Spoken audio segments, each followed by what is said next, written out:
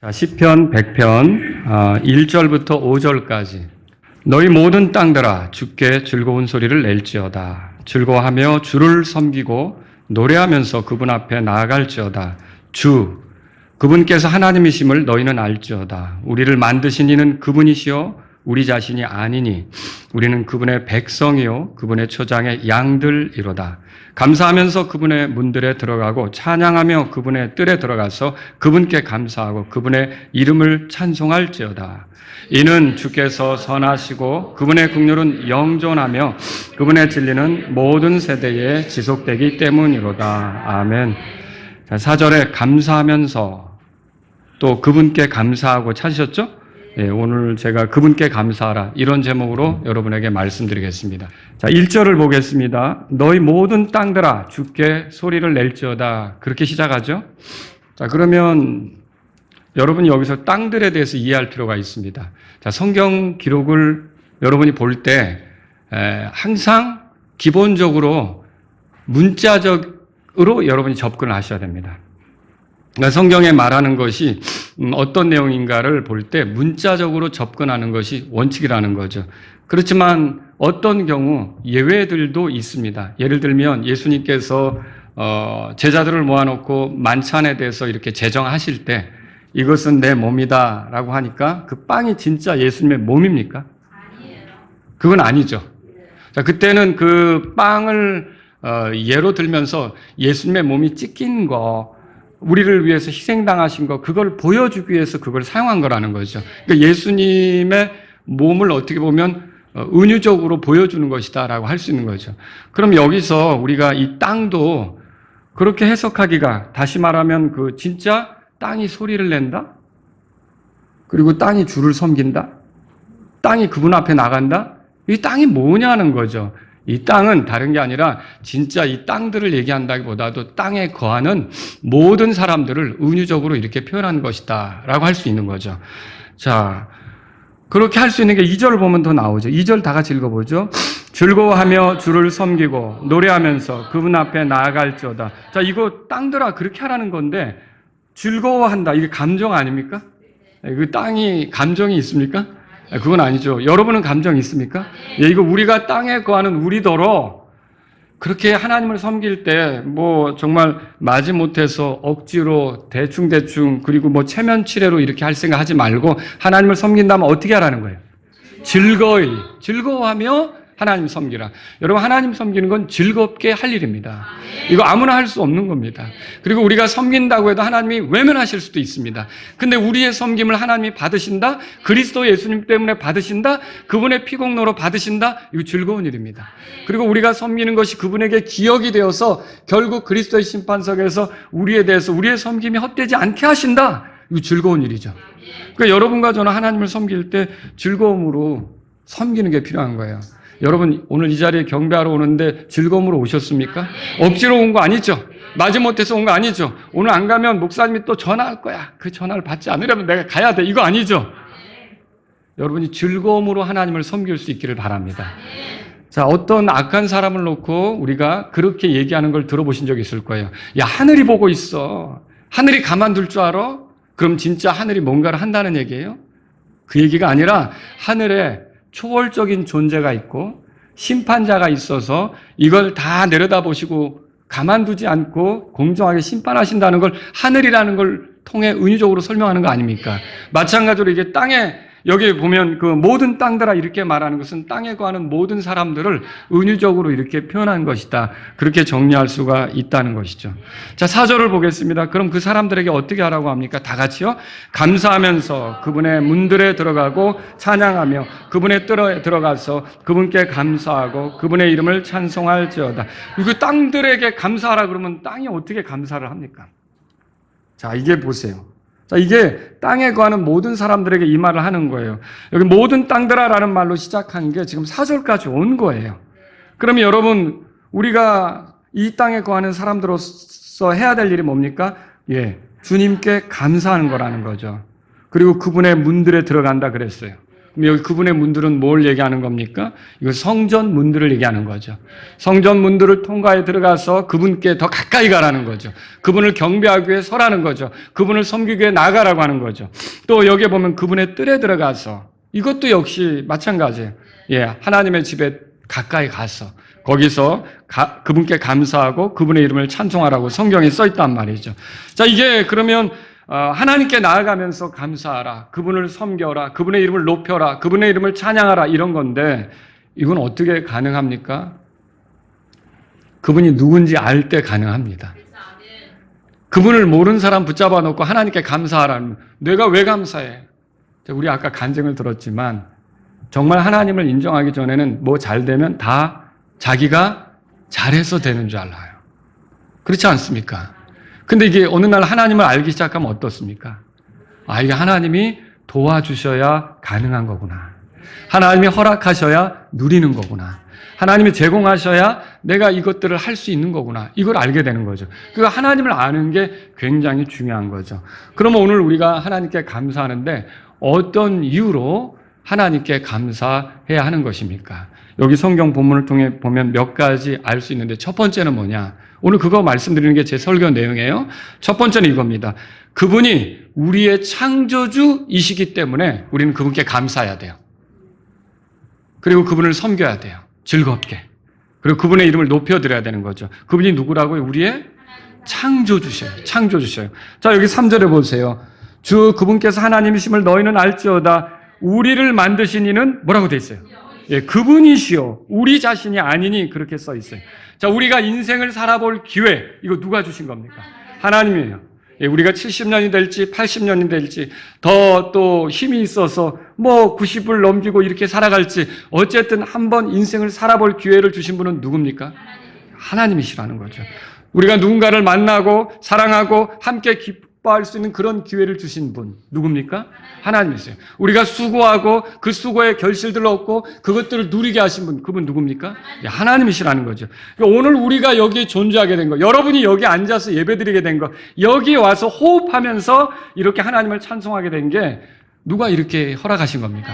하나님이 허락하신 거예요. 여러분 이거 믿으십니까? 우리는 우리 출생을 위해 어떤 노력도 하지 않았어요. 맞죠? 내가 태어나는 거에 내가 관여했습니까? 내가 노력한 게 뭐예요? 내 이름 성씨를 내가 이씨로 정하는 거, 김씨로 정하는 거, 박씨로 정하는 거 내가 결정한 겁니까? 나기 전에 나는 이상한 성씨는 피해 주세요. 난 피할 거야. 난 꼭 김씨로 태어날 거야. 이런 결정했어요? 우리가 그런 결정한 거 아니라는 거죠. 그리고 우리가 태어나는 장소는요. 우리가 결정했어요? 안 했어요. 우리가 태어나는 시대는요. 야, 청동기 시대에 태어나봐. 벗고 다니고 그게 뭐야. 돌짝 들고 뭐 이러고. 난 그래도 문명시대에 태어나야지. 여러분 이거 결정했어요? 아니에요. 누가 이 우리의 태어남에 관여하셨습니까?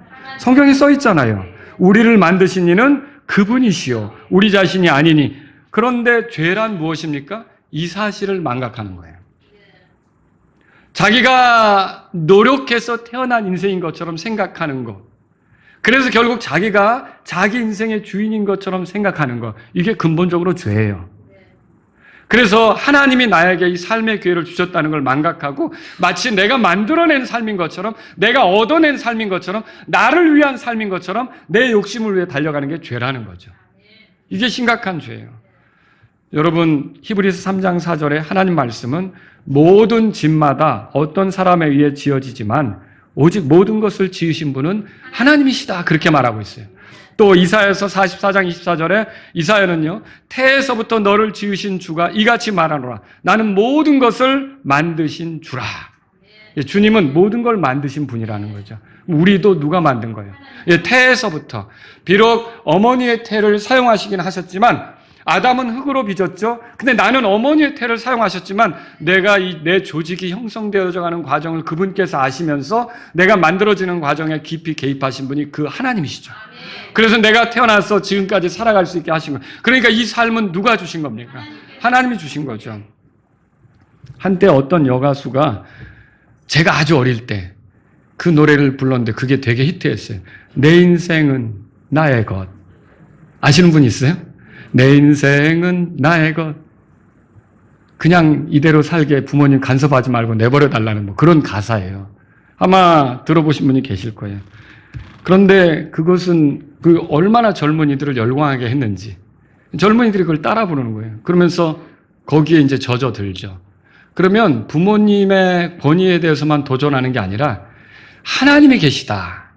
하나님이 너의 주인이시다. 너의 삶은 하나님에서 비롯됐다. 하나님께서 너에게 삶의 기회를 주셨다. 이것조차도 거부하는 거예요. 여러분, 그 노래가 자기가 자기 인생의 주인인 것처럼 착각하게 만드니 좋은 건 아니죠. 우리는 부를 필요가 없는 거예요. 주께서, 하나님께서 나의 주인이시라는 고백을 하는 게 우리한테 필요한 거지. 우리가 뭐 찬송가 한 700 몇 장에다가 내 인생은 나 이거 붙일 수 있어요? 그거 없는 거죠. 그거는 우리가 할 수가 없는 거예요. 그리스도인들은 그런 노래를 부르며 다녀서도 안 되고요. 안 되고요. 법륜이라는 사람이 있었어요. 이 사람이 이렇게 말했어요. 내 인생의 주인은 바로 나예요. 그래서 내가 내 인생을 행복하게 할 책임도 있고 권리도 있죠. 그 권리도 있습니다. 그렇게 얘기한 거예요. 자, 그러면 이 말의 핵심 포인트는 뭘까 할 때 주체적으로 인생을 살아야 된다. 누구에게 끌려다니지 말아야 된다. 자기가 주체적으로, 주도적으로 인생을 살아야 된다. 뭐 그런 뜻으로 얘기한 것 같아요. 그러나 내 인생의 주인은 바로 나예요 라는 말은 오늘 우리가 3절에서 본 우리를 만드신 이는 그분이시요 우리 자신이 아니니 라는 말씀에 비춰볼 때 하나님을 알고 하는 소리입니까? 아니죠. 하나님을 모르니까. 하나님의 어떠하심, 그분이 하신 걸 잘 알지 못하니까, 무지함 속에 있으니까 이런 말씀을 하고 이런 말로 사람들을 가르치게 된다라고 하는 거죠. 여러분, 우리는 우리 스스로 여기 와 있는 게 아닙니다. 80년을 보내든 90년을 보내든 이 시작부터가 내가 의도한 게 아니고 하나님께서 나에게 삶의 기회를 주셔서 여기 있는 거예요. 그럼 이것만으로도 한번 내가 사랑하는 사람들을 만나고 내가 한 수고가 헛되지 않고 이 땅에서 뭔가 이루며 살아볼 기회를 주신 하나님께 우리는 감사할 필요가 있는 거예요. 그분을 섬기는 게 마땅한 거죠. 그리고 더군다나 하나님은 나 자체만이 아니라 내가 누리며 살아갈 수 있는 주변의 어떤 좋은 것들, 사람과의 관계들 이런 것들을 허락하셨다는 것이죠. 그래서 야고보서 1장 17절에 모든 좋은 선물과 모든 완전한 선물이 위에서 빛들의 아버지께로부터 내려오나니 그랬어요. 그래서 우리가 누리는 모든 좋은 것들을 사실은 내가 얻은 것 같지만 하나님께서 나에게 허락하시고 제공하시고 공급하신 걸 알아야 되는 거죠. 우리 부모는 나는 이런 어머니 아버지를 만나고 싶어요. 여러분 원했던 겁니까? 태어나기 전에 하나님 저 태어나는데 내가 꼭 이런 부모를 만나야겠어요. 여러분 이런 사람은 아무도 없어요.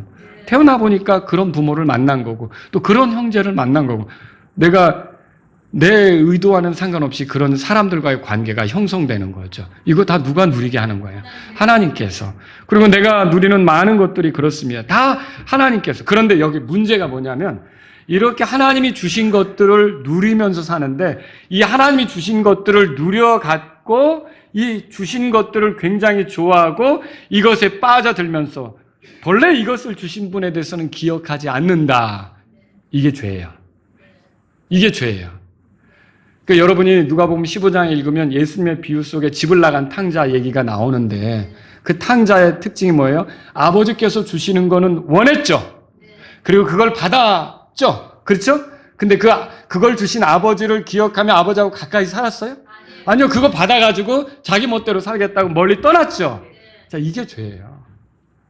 그러니까 오늘날 사람들이 하나님께서 주신 좋은 것들을 누리면서 이게 하나님께로부터 왔다는 걸 알고 그럼 이런 걸로 하나님의 영광을 위해 살아가야 된다는 생각을 해야 되는데 그게 아니라 하나님은 까마득해 있고 그걸 가지고 자기 먹고 살고 자기 편리를 위해 자기 만족을 위해 달려간다. 여러분 그 집을 나간 탕자가 결국 어떻게 됐어요? 허랑방탕하게 살다가 모든 걸 잃어버리고 돼지들이 먹는 것으로 배를 채우고자 그 돼지 우리에서 뒹굴고 그러지 않았습니까? 거기서 번뜩 아버지의 집이 생각이 나서 돌아가겠다고 아버지께로 돌아가기로 한 게 다행 아닙니까? 그런데 아버지께서 그 돌아온 자를 거절하셨습니까? 아니죠. 받아주셨죠. 또 그것도 받아주셨어요. 기가 막힌 사랑이죠. 기다렸던 거예요. 여러분, 하나님은 지금도 이렇게 제멋대로 사는, 그리고 자기가 주인인 걸로 생각하며 사는 이런 죄인들이 돌아오기를 기다리십니다. 그 증거가 예수님이시라는 거죠. 여러분, 우리에게 마음대로 할 수 있는 자유가 있습니까? 자유가 있죠. 근데 그 자유는요, 우리 멋대로 살아도 된다는 뜻으로 사실 준 거는 아닙니다.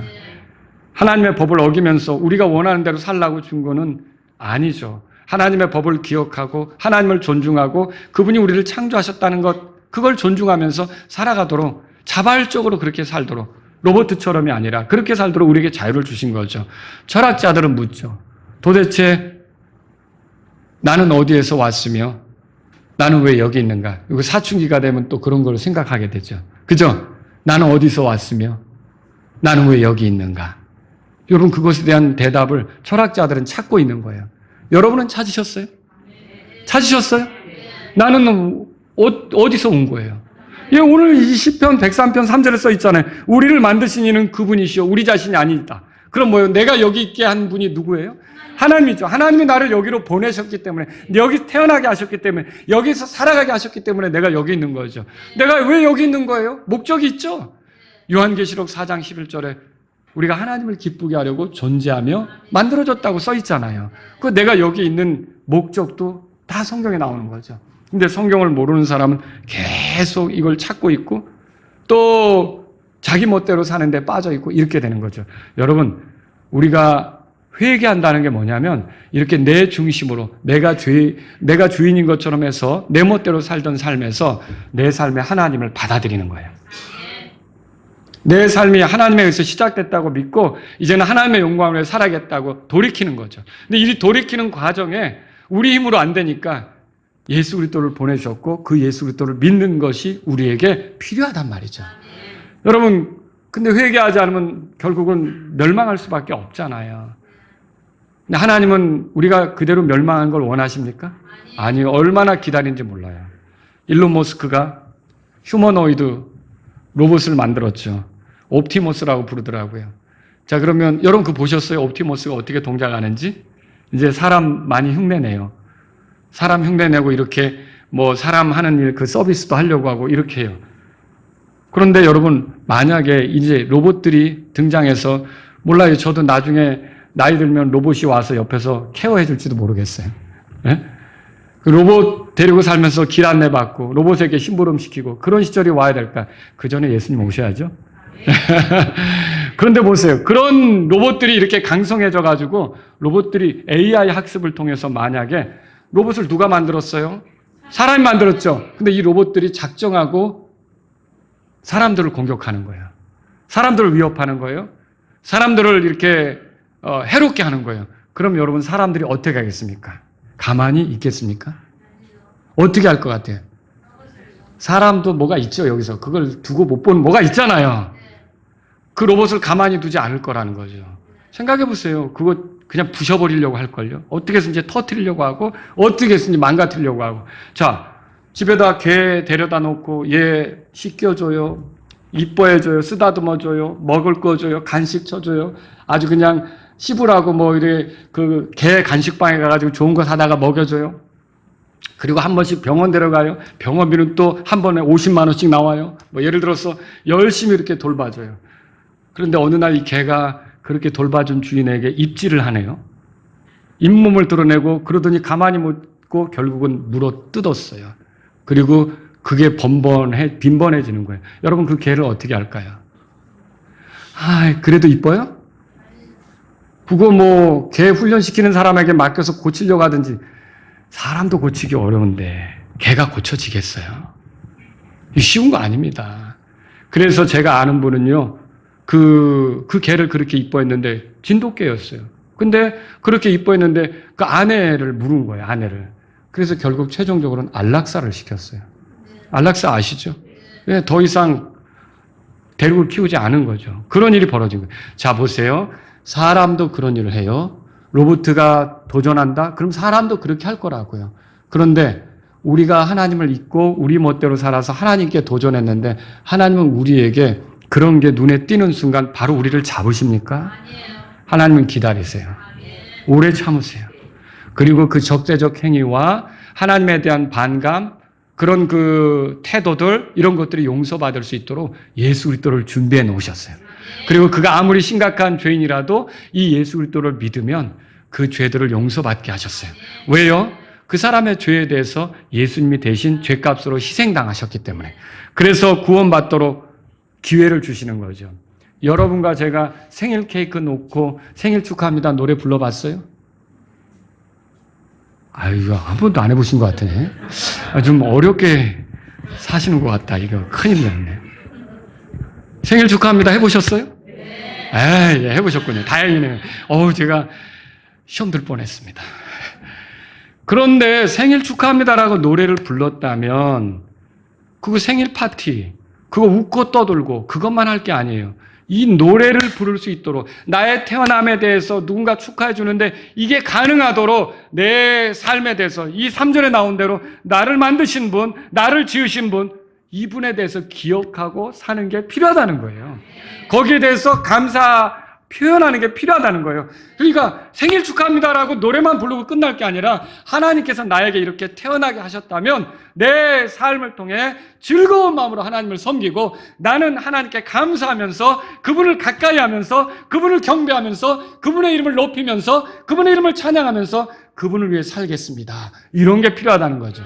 이런 게 없으니까 자기가 잘해서 태어난 줄 알고 그렇게 살다가 결국 심판을 당하는 거죠. 여러분과 저는요, 오늘 이 말씀을 통해서 우리가 하나님께 감사해야 될 이유가 다른 게 아니라 그분이 우리를 만드신 분이요, 내 자신이 아니라는 걸 인정하시기 바랍니다. 그래서 이것으로 인해 하나님께 감사하는 게 필요하다라고 하는 거예요. 두 번째는요, 그분은 우리의 왕이시기 때문에 그렇습니다. 사탄 숭배자요 오컬티스트였던 알레이스터 크로울리라고 하는 사람이 있어요.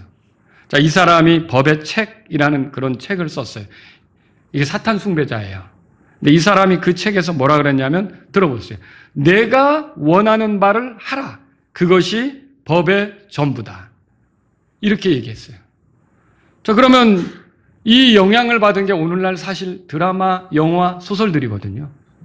이 드라마, 영화, 소설들의 메시지가 뭡니까? 심지어 아이들이 보는 만화 영화에도 그런 메시지가 들어있어요. 그래서 만화 영화라고 다 좋은 거 아닙니다. 그럼 뭐가 메시지입니까? 내가 원하는 대로 하라. 그게 최선이다. 맞습니까? 아니에요. 여러분, 거기에는 뭐가 빠져 있습니까? 우리를 만드신 분이 빠져 있죠? 그분이 사실은 최고의 주권자예요. 그분이 왕이시란 말이에요. 근데 그분에 대해서 외면하고 내가 원하는 대로만 한다? 이거는 죄예요.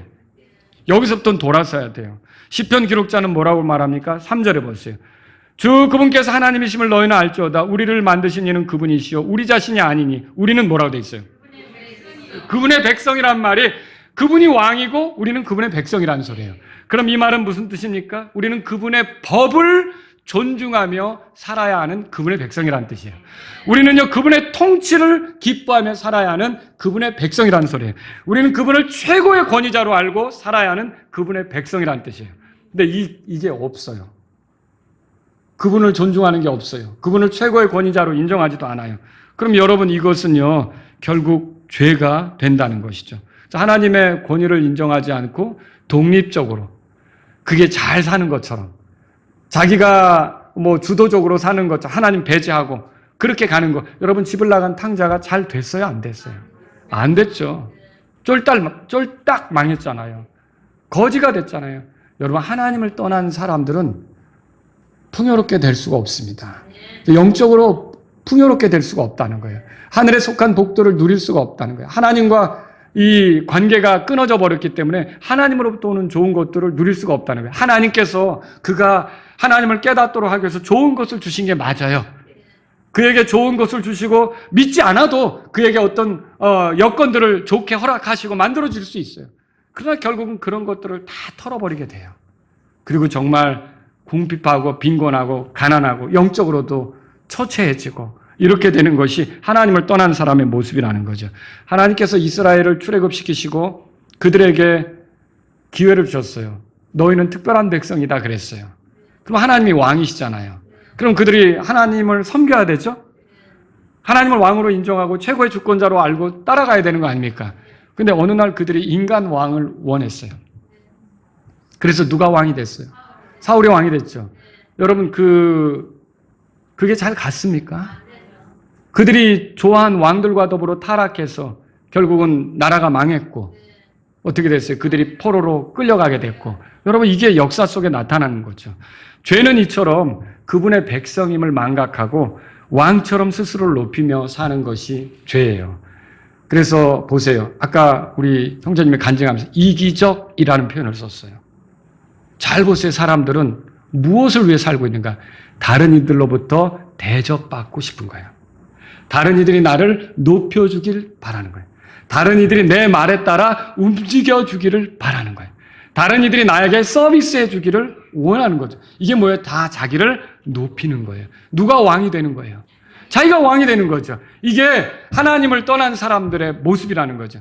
그러나 하나님께서는 우리에게 분명히 이 말씀을 통해 말씀하시는 거예요. 우리는 그분의 백성이다 이렇게 말하는 거죠. 여러분, 그래서 구원받게 되면 이 관계를 제대로 하게 돼요. 내가 왕이 아니다. 나는 그분의 백성이다. 여러분, 누가 이 위치를 찾게 됩니까? 거듭난 사람. 거듭나면 하나님의 왕국에 들어간다고 그러죠. 거기 왕국의 왕은 누굽니까? 하나님이시죠. 그리고 나는 거기에 백성이 되는 거죠. 이 거듭날 때만 가는 거예요. 그래서 시편 기록자는 이렇게 썼어요. 시편 145편 1절에 오 왕이신 나의 하나님이여 내가 주를 높이고 또 내가 영원 무궁토로 주의 이름을 찬송하리이다. 여러분도 하나님을 향해 나의 왕이시라고 고백할 수 있습니까? 예. 이사야 예언자는 이렇게 선포했어요. 이사야서 44장 6절에 이스라엘의 왕이신 주 곧 그의 구속자이신 만군의 주가 이같이 말하노라 나는 처음이요 나는 마지막이니라 나 외에는 다른 하나님이 없느니라. 여러분, 이 선포대로 이스라엘의 왕은 하나님이시죠. 그런데 그분이 하나님이시라면 그분은 어떤 태도를 취하실까요? 그분이 자신의 군대로 그들을 지키실 거예요. 그분이 자신의 법으로 그들을 다스릴 거죠. 그분이 자신의 인도함으로 그들을 보호하실 거죠. 근데 그들이 그걸 거추장스럽게 여겨요. 불편하게 생각해요. 그러면 여러분, 결국 그들은 자기 멋대로 하다가 이방 나라들의 신들을 따라가고 왕이신 하나님을 잊어버리다가 하나님의 심판으로 멸망할 수밖에 없는 거죠. 역사는 그걸 보여주고 있지 않습니까? 오늘날 주께서는요, 그들을 대신해서 온 땅에 누구든지 예수님을 구주로 믿으면, 자기 죄 때문에 죽으시고 부활하신 예수님을 구주로 믿으면 그 사람은 거듭나서 하나님의 왕국에 들어오게 하십니다. 그 사람들은 고백할 수 있어요. 하나님은 나의 왕이시다. 나는 그분의 백성이다. 여러분, 그거 고백하실 수 있습니까? 이렇게 내가 그분의 백성이 됐고, 그러면서 그분의 통치를, 그분의 다스림을 받게 됐고, 그분의 보호 속에 있고, 그분이 질서 있게 하시는 가운데 있고, 그분이 공급하시는 걸 누리면서 그분과 더불어 살게 됐다면 그분께 감사하는 건 너무도 당연한 일이라는 거죠. 그분의 이름을 높이는 건 당연한 거예요. 세 번째로 보겠습니다. 그분은 우리의 목자이시기 때문입니다. 3절에 보세요. 주 그분께서 하나님이심을 너희는 알지어다. 우리를 만드신 이는 그분이시요 우리 자신이 아니니 우리는 그분의 백성이요 뭐라고 되어 있어요? 그분의 초장의 양들이라. 자, 이게 양들이라는 표현에 주목해서 해보세요. 이게 왜 이렇게 우리를 향해서 양들이라고 표현했을까? 그러면 우리가 양이라면 그분은 뭐예요? 목자죠. 이제 짐승들 중에 사람의 손이 안 가면 살지 못하는 짐승이 있어요. 그게 양이에요. 그래서 여러분이 창세기 4장에서부터 그 직업이 나와요. 양 지키는 자. 누가 양 지키는 자였습니까? 아벨이었죠. 아벨이 양 지키는 자였잖아요. 처음부터 양 지키는 게 필요하다는 거예요. 그러니까 이게 뭐예요? 양은 사람이 돌봐줘야만 살아갈 수 있는 거죠. 양은 사람이 돌봐주지 않으면요, 사나운 짐승의 밥되기 딱 좋습니다. 그게 뭐 사자나 늑대나 이런 거 나타났을 때 양이 너만 강한 줄 알아? 나도 뿔 있어 하고 덤빌 수 있습니까? 안 되는 거예요. 이게 양의 움직임은 늑대의 눈에 다 들어오는 거죠. 밥이 될 수밖에 없는 거예요. 그런데 목자의 막대기가 늑대나 사나운 사자, 곰 같은 걸 치면서 양떼를 지킬 수가 있다는 거죠. 또 여러분, 양들이 위험한 상황에 빠질 때가 있죠. 그런데 거기서 예를 들어 양들은요, 털깎기를 하잖아요. 털깎기를 하지 않는 양들은 몸무게가 또 털 그 무게로 많이 나갑니다. 그리고 이런 것들은 넘어지면 일어나기가 쉽지 않을 때도 있어요. 더군다나 이렇게 가다가 웅덩이 같은 데 있잖아요. 거기 넘어져서 뒤집어진다. 그러면 그 자기 힘으로 바닥거리기만 할 수 있지 자기 힘으로 일어나지 못하는 거예요. 그럼 그때 누가 일어나게 해줘야 됩니까?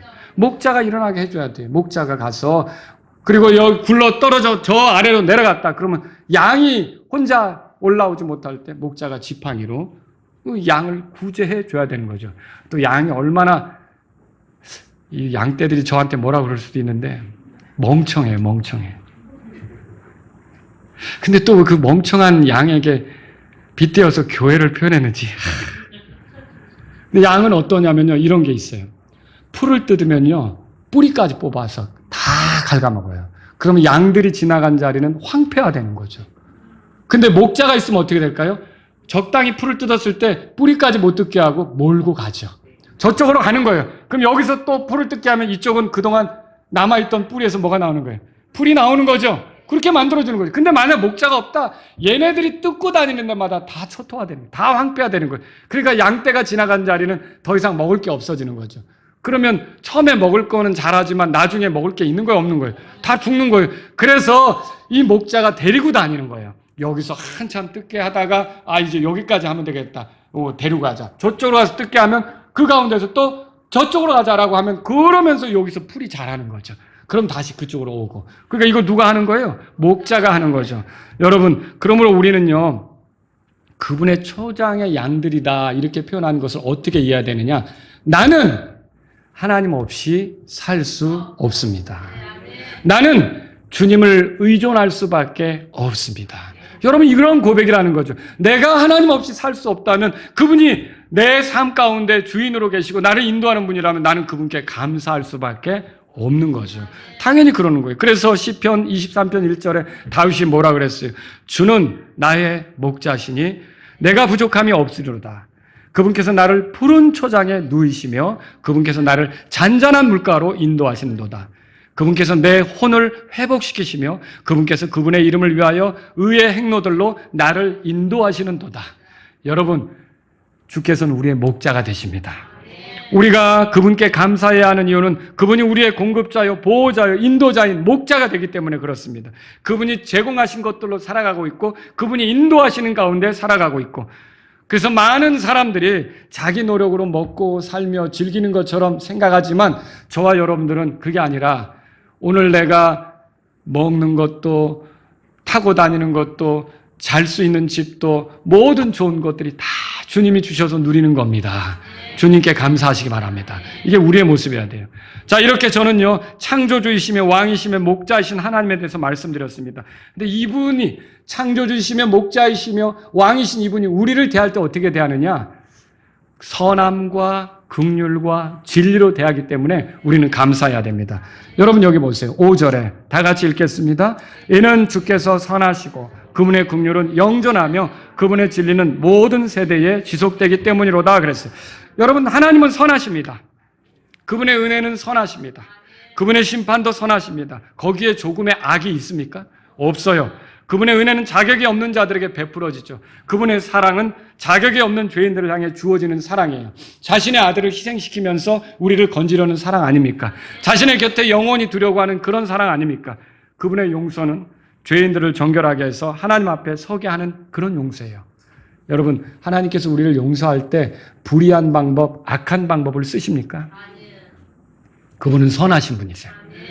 자, 내가 죄를 졌죠. 그런데 용서받게 하려고 하나님은 내 죄값을 치르게 하십니다. 그냥 용서는 안 해줘요. 내 죄값을 치르게 하는데 어떻게 용서합니까? 죄가 없으신 예수님을 대신 십자가에 세우셔서 내 죄 때문에 예수님이 처벌을 받게 하시는 거죠. 죄값으로 희생당하게 하는 거죠. 그리고 내가 그 예수님을 믿을 때 이제는 죄 없으신 예수님, 그 의로우심, 그것을 나에게 주시면서 나는 의롭다고 선언해 주시는 거죠. 여러분, 이렇게 해서 나를 용서해 주는 거예요. 그러니까 내 용서가 이루어지는 과정에 악이 있어요, 없어요? 누가 트집 잡을 게 있어요, 없어요? 없는 거예요. 주님은 선하신 분입니다. 또 그분의 긍휼은 영존합니다. 그분의 긍휼은 아침마다 새롭습니다. 우리가 오늘 경배하면서 시작한 그 찬송처럼 주님의 긍휼은 아침마다 새롭고 그분은 신실하십니다. 자, 예수 그리스도를 받아들인 우리에게 그분의 긍휼. 자, 우리는 죽어 마땅한 자들인데 하나님께서 우리를 살리셨죠. 그리고 우리를 향하여 호의와 친절을 가지고 대하시는데 여러분 하나님의 사랑에 변함이 있으십니까? 우리가 변해서 문제지. 하나님의 사랑은 변하지 않습니다. 그분은 여전히 우리를 호의를 가지고 대하는 거죠. 여기에 그분의 긍휼이 있는 거예요. 불쌍히 여기는 거. 그 예수 그리스도 때문에 나를 포기하지 않는 거. 여러분 우리가 예수님을 믿은 다음에 잘합니까? 우리는 그런 고민할 수 있어요. 내가 예수님을 믿지만 내 행동이 부족해서 이거 어쩌나. 여러분 그 행동이 하나님과 나와의 그 위치, 그러니까 내 신분, 나의 영원한 관계, 이걸 틀어버릴 수 있습니까? 틀어버릴 수 없습니다. 내 행동이 그걸 틀어버릴 수가 없어요. 하나님께서는 나에게 긍휼하셔요. 아들인 나에게 긍휼하셔요. 여러분이 자녀들을 보세요. 여러분이 낳은 자녀가 부족하다고 해서 그 행동이 온전치 않다고 해서 여러분이 포기하시는가? 쉽지 않죠. 그 포기 물론 엉뚱한 이상한 뉴스에 나오는 그런 어머니들, 아버지들도 있더라고요. 그러나 되게 정상적인 부모는 어때요? 자기 자녀가 부족해도 어떻습니까? 끝까지 호의를 베풀고 관심을 가져주고 사랑으로 대하죠. 이게 긍휼이에요. 이게 긍휼이에요. 그래서 그분의 긍휼은 어때요? 영존하다고 돼 있어요. 이게 영존하면 여러분과 제가 구원을 잃어버릴 수 있습니까? 천만에요. 우리는 구원을 잃어버릴 수가 없습니다. 이런 하나님이 우리를 이런 식으로 우리를 대하니까 우리는 그분께 감사해야 되는 거예요. 또 여기 보세요. 그분의 진리는 모든 세대에 지속된다고 돼 있어요. 이 말씀은 그분의 신실하심에 대해서 말하고 있습니다. 이 그분의 진리, 이거 왜 진리라고 합니까? 그분의 말씀을 진리라고 하는데 마귀에게는 진리가 있어요, 없어요? 그 거짓말쟁이죠. 그런데 우리 주님은 어때요? 그분의 말씀하신 건 신뢰할 만해요. 그분의 말씀이 그대로 이루어집니까? 예, 우리가 기다리면 때가 되면 이루어지죠. 그분의 말씀을 소망한 게 헛됩니까? 아니요. 그분의 말씀에 소망을 둔 게 잘한 거죠. 그분의 말씀대로 성취되니까 예수님이 십자가에서 죽으시면서도 다 이루어졌도다 그렇게 말하지 않습니까? 구약에 약속된 것이 십자가에서 이루어졌다고 말하지 않습니까? 그럼 그분이 오시는 것도 우리 기다릴만 합니까? 예, 그분이 말씀하신 걸 기다릴만 하냐는 거죠. 여러분 그렇습니다. 그분의 진리는 모든 세대에 지속된다는 이 말이 뭐냐면 하나님의 말씀은 변함이 없이 신실하기 때문에 우리가 모든 세대가 흘러가도 그거 신뢰하고 그거 기대하고 그거 의지하는 게 헛되지 않다는 거죠. 사람의 말은 시간이 흐르면 바뀔 수 있어요. 여러분 무섭습니다. 예를 들어 하나님의 말이 자꾸 바뀐다면 우리는 혼란스러울 거예요. 그렇지 않습니까? 그분이 했던 말을 번복한다. 내가 언제 뭐 그런 말 했냐. 그게 뭐 진짜인 줄 알아. 그렇게 말했다고 해서 부활은 무슨 부활. 그렇게 살다 끝나는 거. 부활은 없어. 이렇게 하면 여러분은 어떻게 되겠습니까? 신뢰할 만합니까? 아니죠. 하나님은 그런 분이 아니에요. 그분의 말씀을 신뢰한 것이 헛되지 않게 하십니다. 이건 그분이 신실하다는 뜻이에요. 그러니까 우리가 불안정한 세상을 살고 불안한 사람들과의 관계를 갖고 변심하는 사람들을 대하고 바뀔 수 있는 환경을 대하고 우리가 이 흔들릴 수 있는 상황이 얼마나 많은지 몰라요. 그런데 우리가 어떻게 중심을 잡고 이 세상을 살아갑니까? 무엇을 의지하고 살아갑니까? 무엇에 기대해서 살아갑니까? 하나님 말씀이죠. 그건 변함이 없어요. 그건 분명한 거예요. 그건 영원한 거예요. 모든 세대에 지속되는 게 그분의 말씀이에요. 그러니까 그분의 말씀을 의지한다면 우리는 든든하게 서 있을 수 있는 거예요. 그리고 그분의 말씀대로 오는 것을 기다릴 수 있고 마침내 경험하게 되는 거죠. 우리가 이렇다면 여러분 그 말씀으로 그 진리로 우리에게 소망을 주신 하나님께 감사하는 거 필요하지 않습니까? 이게 우리가 살아가야 될 모습이라는 거죠. 창조주이시며 왕이시며 목자이신 그분께서 우리에게 선하시고 긍휼하시고 진리로 대하신다고 생각할 때 그분의 피조물, 그분의 백성, 그분의 양인 우리는 그분께 감사할 필요가 있는 겁니다. 어떻게 합니까? 1절에 보세요. 즉게 즐거운 소리를 내라고 돼 있어요. 2절에 보세요. 즐거워하며 주를 섬기고 노래하면서 그분께 나아가라고 돼 있어요. 더 가까이 하라는 거죠. 4절에 보세요. 감사하면서 그분의 문들에 들어가고 찬양하며 그분의 뜰에 들어가서 그분께 감사하고 그분의 이름을 찬송하라. 그렇게 돼 있어요. 그러나 오늘날 많은 사람들은 어때요? 하나님께서 그들을 만드셨음에 대해 인정합니까? 그게 문제죠. 그게 죄예요. 하나님께서 다스리는 걸 기뻐합니까? 아니, 불편해하죠. 그분의 인도하심을 좋아합니까? 간섭으로 여기죠. 내버려 두세요. 내가 원하는 대로 내가 살 테니까. 이렇게 나가는 거예요. 자, 여러분 이거는 회개할 일입니다. 오늘 이 자리에 혹시 하나님께서 나를 만드셨음에도 불구하고 내가 나의 주인인 것처럼 지금까지 살아온 사람이 있다면 그분은 오늘 이 말씀을 들으시면서 돌이키실 수 있기를 바랍니다. 하나님이 나를 지으셨다. 목적이 있어서 지었다. 나는 그분의 법을 기뻐하며 그분의 말씀을 기뻐하며 살아야 될 그분의 백성이다. 그분이 내 왕이다. 나는 나를 높이기 위해서 있는 게 아니라 그분을 높이기 위해서 있다. 그리고 그분이 나의 목자다. 내가 그분을 의지하는 거는 불편한 일, 간섭당하는 일이 아니라 그분께서 나를 선한 길로 인도하실 것이다. 그분의 선함과 긍휼과 진리는 나를 향해 영원하다. 여러분 이렇게 생각하시면서 예수 그리스도께 돌아오시길 바랍니다. 예수 그리스도는 여러분을 구원하기 위해서 십자가에서 죽으셨어요. 묻히시고 부활하셨어요. 이 예수 그리스도를 의지하는 사람마다 이제는 하나님의 피조물, 하나님의 백성, 하나님의 양으로서 자신의 삶을 새롭게 살아갈 수 있어요. 새로운 피조물로서 걸을 수 있어요. 새로운 하나님과 함께하는 나그네요 주의 백성으로 살 수 있어요. 그리고 또 주의 양떼로서 이 교회를 이루며 주님을 섬기며 살아갈 수 있다는 것이죠. 그래서 여러분이 혹시 지금까지 내가 주인인 것처럼 살아왔다면 오늘 회개하실 수 있기를 바랍니다. 여러분 이미 구원받은 사람들은 상황이 어떠하든 하나님이 우리를 만드신 분이시고 우리의 왕이시고 우리의 목자이신 것에 대해서 또 그분이 나에게 선함과 긍휼과 진리로 대하는 것에 대해서 여러분과 저는 그 하나님의 신실하심을 존중하고 감사하면서 섬기면서 그분의 이름을 높이면서 경배하는 일에 힘을 다할 수 있기를 바랍니다. 이게 우리의 삶이라는 거죠. 여러분 여기 2절에 보세요. 주를 섬기고 우리 나머지 삶이 그렇게 돼야 되죠? 주를 섬기고. 근데 어떻게 하며 주를 섬겨요? 즐거워하며. 여러분 이제 이 말씀을 들으신 여러분 가운데 주님 저는 정말 즐겁습니다. 저 같은 사람을 만들어주셔서 삶의 기회를 얻게 하시고 하나님의 법대로 살아갈 수 있도록 거듭나게 하시고 나를 이제 목자로서 인도하시면 내가 하나님 양무리의 양떼에 속해서 양 중에 하나가 되게 하시니 하나님 정말 감사합니다. 내 나머지 삶은요 체면치레가 아니고 또 누군가에게 보이기 위해서가 아니고 또 억지로가 아니고 마지못해서가 아니고 정말 즐겁게 주님 섬기다가 주님 앞에 갈 수 있기를 원합니다. 내 삶이 항상 하나님께 감사하는 삶이 되기를 원합니다. 이런 분이 있다면 여러분 오늘 이 시간 주님 앞에 나아가시기 바랍니다. 다 같이 일어서시겠습니다. 오늘 이 말씀을 들으신 여러분 가운데 하나님께 감사할 이유가 넘친다. 하나님 나를 만드셔서 감사합니다.